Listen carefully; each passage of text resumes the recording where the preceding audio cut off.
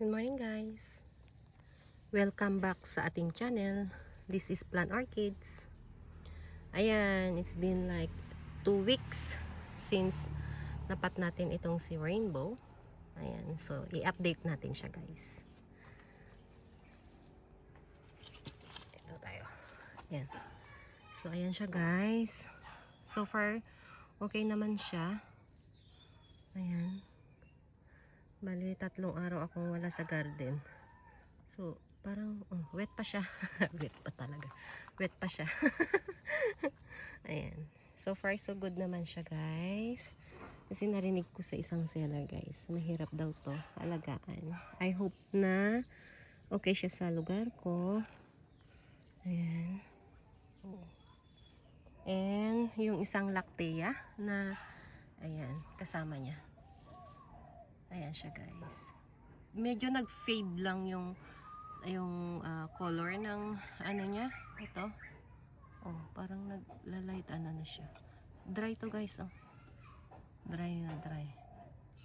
Ayan. So far so good. Parang ano, oh. Yung mga ano niya. Ayan. So far so good naman silang dalawa guys. Ayan. So sana hindi mag-fade yung kulay kasi gusto ko yung kulay niya na red. At dito ganyan pa rin. Excited ako dun sa sinasabi ng seller na may isa dito is red, pero ganyan pa rin sila. At ito yung aking isang rainbow guys. Ito si orange rainbow. Ayan.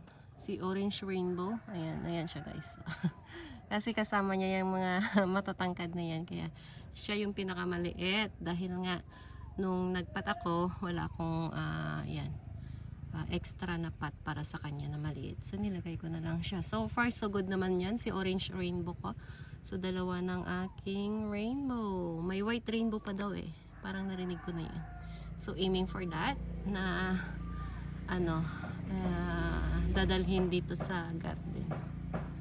Pero next time na guys, kasi nga ayan, few days lang naman tayo dito ulit. At ewan ko kung anong mangyayari after few days. Ay, after 2 months na walang mag-aalaga sa kanila. Yes, 2 months.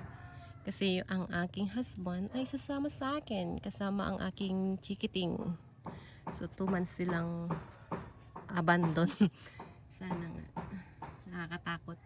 Nakakatakot na naman yung outcome after. Kasi nga, nung minsan na umalis kami, 1 month lang, kalahati ng garden ang nawala. Kalahati ng halaman ang nawala. So, ayan guys, and thank you for watching. Bye!